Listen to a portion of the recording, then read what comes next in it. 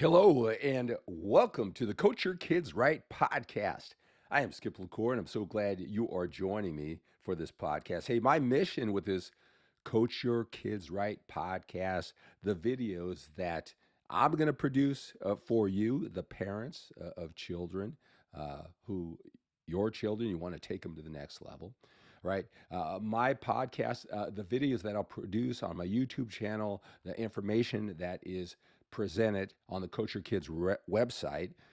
Also, my kids, Brooklyn, who right now is 10 and a half years old, and Jace, uh, who will be 9 years old here in a few days. Uh, you can see on the YouTube channel now, you can see their sports and all the sports they play and some things that we do. But the videos that they produce and the podcasts that they produce and the instruction they give your kids, and you can see how I do this. But everything that I produce, that I offer to you with the whole Coach Your Kids Right. My mission is to provide tremendous value to you, the parents of children 5 to 8 years old, wanting to help your children become great athletes right from the very start and enjoy the tremendous personal development that comes along with their participation in sports. And I'll tell you, that whole personal development is pretty much the most important thing to me. And if you're a lot like me, that's that's good. You know, the sports is just a vehicle to build strong kids. To me, it's just a fun. It's a family engaging. It's for a lot of reasons. Sports is a great way for personal development. All right. So, hey, in this podcast, I want to talk about the power of identity and how your kids are influenced, who they think they are, who they become, and how you can take control of how they see themselves, the identity that they're creating, especially when it comes to sports. I want to tell you a little bit about how I come up with this and this sports psychology, these life strategies, right? Um, how I came up about all these. So at 21 years old, I was dragged to a Ziglar seminar, motivational speaker. He's now deceased, motivational speaker at 21 years old. I knew nothing about the personal development world. And it was actually, I was a 21-year-old junior manager on the way up of a grocery store chain that I worked at, had a lot of responsibility at 21 years old. And actually, it was an older co-worker who owned a business, and he knew the president of the company. They went to the same church. And so he was a lot older than me, but became my friend, and even though I was his boss, he was a mentor, great guy. As a matter of fact, I see him on Facebook, and I said, because when you're 21 years old, everybody seems older. I would have thought he was 50 years old at that time. He laughed and he said, I was 36 back when you were 21. But he took me to this Ziglar seminar, and it just opened my mind up for the very first time to the power of the mind. And it took me on this just incredible, obsessed journey how to become more, right? To use the power of my mind to get more out of life. Not just to get over my challenges, but to become uh, better and better at what I do, right? So that obsession that, it has been going on now for 40 years took me to all the motivational speakers, all the mindset coaches, all the psychology, I just listened to hours and hours of audios and videos, whatever it took, programming my mind, taking all these strategies and really applying them. All right. And that gave me the courage actually to quit my job and go for my dreams. And I became a 6-time national champion and an influence before actually the internet of how to build muscle, lose body fat, and drug free. And, like I said, quit my job, go for my dreams, go on this journey that is leading me here. Right. And, along the way, I worked with a lot of mentors, but I spent a few years with Tony Robbins. right? Going to all of his seminars, going to a lot of his seminars twice, and learning about how he has the skills, the mindset, right, in a very intimate group, right, for a week long, 12-hour days. All right. So, that's been my fascination and obsession. One thing, and again, I'm 61 years old and have a 10-year-old and a 9-year-old.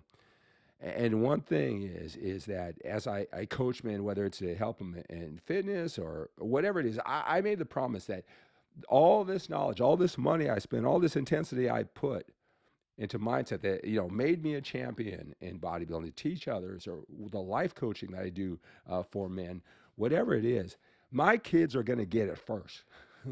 I am not going to get any satisfaction if my kids are struggling in life. They don't have the tools, the power to create an amazing life, and I spent my time giving it to strangers, even if that's maybe what even earned the money to even support my children. My kids are going to get it first. That's a promise, a commitment I made to myself. And so that's a little bit more about me, how I got this knowledge, why it's so important to me, how I pass along to my kids the steps that I take, maybe the obsession that I take. I need to scale it down. And it's just some things for you to think about, right? So a little bit more about how I got here, how I earned this perspective, how I got this perspective, and you to consider how I got this perspective as you entertain what I have to say and apply it or not apply it, or apply different versions of it to your kids and their sports development, their personal development, their life development.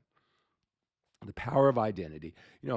Your kids are being influenced of how they should walk, talk, little catchphrases that they use, what they think of the world, what they think of themselves, what they think of themselves. They're being influenced, by the internet, by what they see, their friends. So, in fact, those catchphrases, I mean, if let's just say you don't want your kids, on the internet, I tell my kids, I go, look,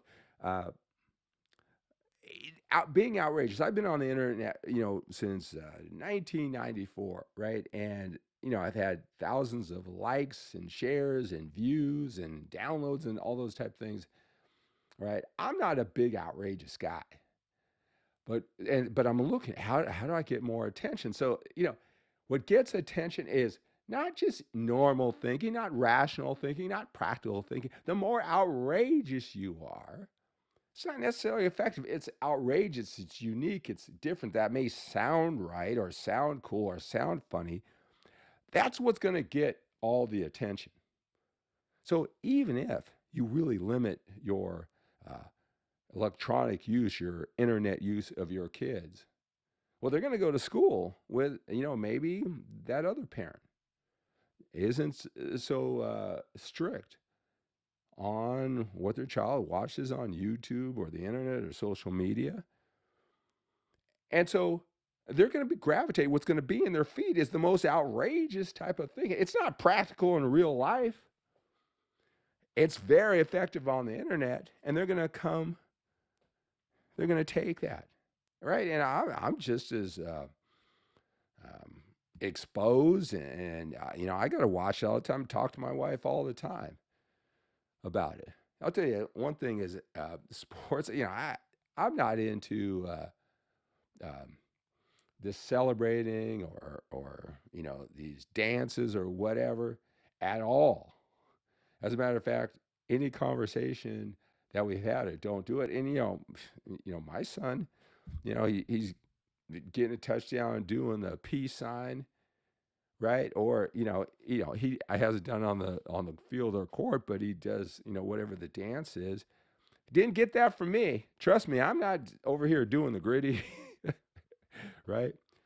Being influenced somewhere, whether it's on the internet because it's some outrageous behavior that sticks out, that attracts attention, if not that he or my daughter picked it up, or it's from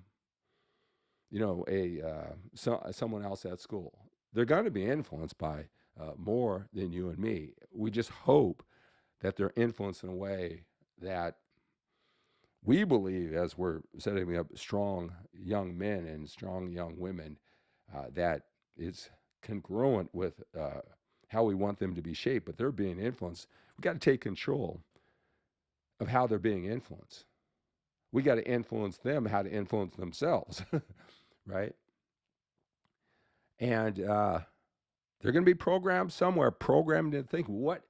One of the mentors, he said, he had a saying, what you believe to be true is true for you and nothing else. What you believe to be true is true for you and nothing else. Are you a great parent? Are you a great coach for your kids?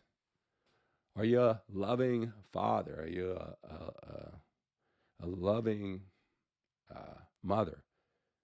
All right. Are you a great example? What is your identity? What do you believe about yourself? Are you a high energy person? Right? High energy. Are you passionate? Are you driven? Are you committed? Do you not care what people think? You are certain of what you have to do. What you believe, whatever you believe is true for you. And you will walk, talk, and act as if it is true. Hopefully you're getting the results that you want, because you may want to change that if you're not getting the results or results to the level that you want. It's your identity. It's your identity. Your identity has you here today listening to this podcast. Let's talk about our kids. Let's talk about their sports performance. Let's talk about their performance and the way they see themselves in all areas of life, the bigger picture. All right? What identity have they formed? What do they think about themselves with whatever sport? In football, and basketball, and baseball, and soccer, and swimming. Do they believe they're awesome? Do they believe they're the hardest working player on that team or in the league? Right? Why limit? What are they coming up with? Am I the most entertaining player on my 8-year-old team? All right. Am I a leader? Am I a vocal leader? Do I lead by example? Am I the hardest working practice player? I'm the most coachable kid.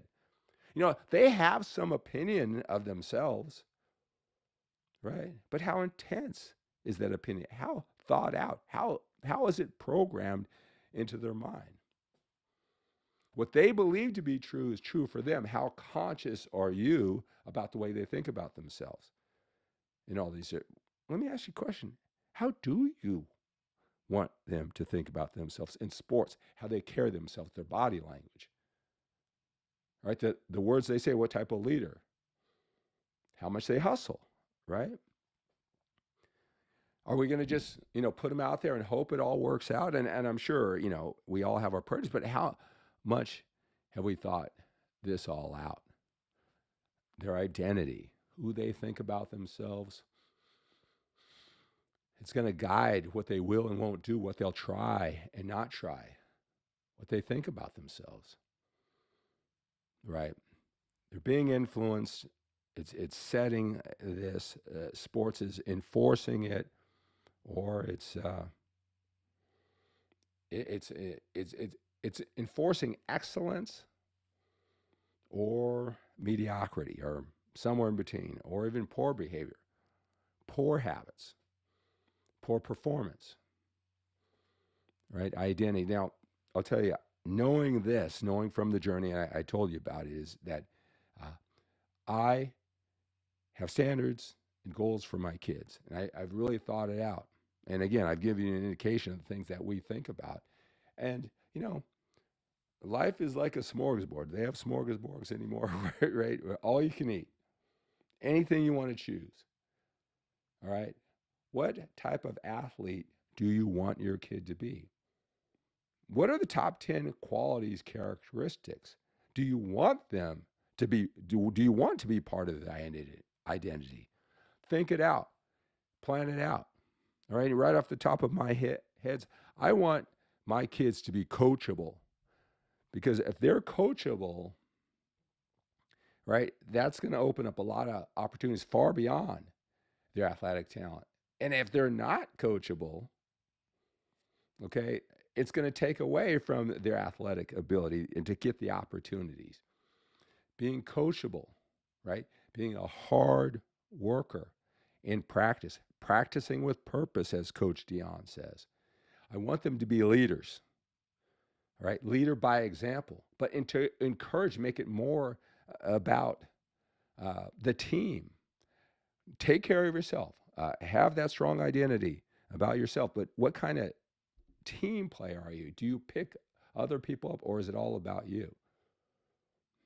Right? That's an interesting dirty that I'll talk more about, uh, especially with my son Jace.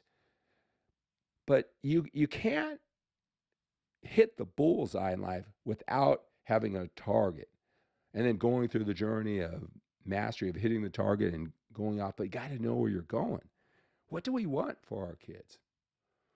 Right? I have a whole list, not just in sports, all right? Not just in sports, but who they are at school, what kind of brother and sister, a family member. We have a sheet of, and so affirmations, which is a part of the identity and shaping your identity. Affirmations is, I am powerful, right? I am an awesome athlete. I bet my kids have said in front of the family, and I've got this whole family board process that I'll talk about more and more. Got a lot of things to talk about, as you could tell. Uh, I bet they have said, I am an awesome athlete. They've spoken those words in front of the family.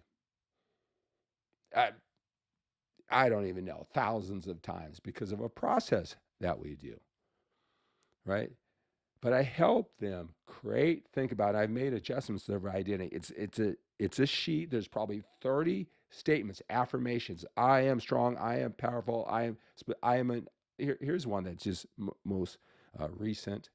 Um, is I am an awesome basketball player, but I am an awesome free throw shooter. Is one on my sons and daughters. Um, on their identity sheet. These statements, there's about 30 of them. Again, it's not just sports, it's school, it's their personality, how they carry themselves, right? I'm an awesome free throw shooter, right? And that started, from last year when they were in the free throw shooting contest. So over the last 365 days, I don't even know how many times I said I'm an awesome free throw shooter. So the question is, how much did that affect my son, my daughter's identity of themselves? And it took them on a journey of what they thought of themselves when they got down, how hard they practice. I am an awesome free throw shooter, as my son prepares later on this month to go on to the regional of the free throw shooting contest. Like I said in the last podcast, he went 23 for 25 he's in the 9-year-old division. He's not quite 9, but that's what he qualifies for. He made 23 out of 25, and then he won the tiebreaker the next week because another young kid got 23 out of 25. My daughter, who moved up to the 10-year-old division, so she's shooting it from 15 feet. At that age, at son's age, it's at 11 feet from 15 feet. She came in second place in that in the local contest, right? Again, so why free throw shooting? Is it to win a contest? No, I just personally believe free throw shooting is concentration, it's discipline, it's measuring, right? Puts them on a journey. It makes up the mental part of sports, but it's also the mental part of basketball, basic shooting, right? So you got to think this out. What are you going to put on your kids' identity sheet? And there's this thing that we do so again, I'll get more into this, but we're just giving you some things to think about, maybe in the context of sports. Maybe this is getting you to think about this identity, how your kids are programmed. Maybe you didn't really think about it too much, and now hopefully your imagination and your excitement of what you can do with this, the power of identity. I'm sure you could take it from here. But I do this process with my family, the four of us. We all have our identity. I have my identity. I have my statements. My son, my daughter, and my wife. We have our statements, and we'll go around, the four of us, and we'll present. We don't just say it. We practice with purpose. We present our identity to the rest of the family, one by one, right? We sell it with our body language, our voice qualities. We ingrain it into our belief system, who we are, how we present ourselves, right? And you make that proclamation, you verbalize it, it makes you more committed to be consistent with your identity. I can talk more about this, who we think we are. We'll walk, talk, we'll see the world to be consistent with our identity, give ourselves the best chance to live up to that identity. So it's really, if your son or daughter says, I'm shy, okay, is shy serving them? You don't want them to latch on to that identity because it's not necessarily true, but it will be true for them if they latch on to some of the disempowering identities. We got to program them to empowering identities, and you can reverse it if you see them straying away. They're shy. I am bold. I am confident. Get that affirmation going, right? So you profess it to the world with the congruent body language and energy and voice qualities. And you're more committed because you verbalize it. You're more committed because your responsibility to the family that you got to live up to it. It's an accountability system to live up to that identity. And I tell you, sometimes, a beach is made of millions of grains of sand. Sometimes the process of saying our identity, and make sure my kids say it with energy, say it, convince me like you believe it. How much of that is making an impact? Well, I got to believe that the power of identity is so powerful, it's shaping their life. And regardless if I can see it today, it's working, working, working. I'm going to bet that it's working. I hope that I convince you too. But we go around and we do our identity, all right? So, and how that applies to sports, all right? I mean, I want my kids to work hard, to be coachable, to be great practice players, to get instructions right the first time, to thank their coach. All right, coachable, energy, body language out there. All right, whether they feel confident or not so confident, to be, aware of body language. That team player, that leader, that vocal leader, right, that has so much confidence and so much energy, they can give it to their other teammates and have plenty left for themselves. All those are in affirmations, statements that create this identity, those 30 or so that we say over and over and over again. Right? I know it may sound a little extreme, right? It may take a little bit of time, but this is definitely worth your investment. I'll get more into the details and more specifics. Reach out to me. Skip at coachyourkidsright.com is where you can reach them if you have questions, if you want to learn more. I do coach parents just like you who want to make sure your children, 5 to 8 years old, get off to a great start with athletics and enjoy this personal development along the way. I know that you can already see, what being a great athlete right from the start of this whole journey, what that's going to do for their life, not just in sports, but in life. So reach out to me. I coach parents, take them through this process. All right. And we can speed up this process, get you going like right now. All right. But I hope you're getting a lot of value out of the podcast. So that's going to do it for this Coach Your Kids Right podcast, school, sports, and mindset. All right. Identity, the most powerful force our kids have. What they believe to be true about themselves is true and nothing else. Let's make sure they're influenced by us. We poke them, guide them, maneuver them into the right direction, the empowering journey along the way. Right. So thank you so much for joining me. I look forward to you joining me again on the next Coach Your Kids Right podcast.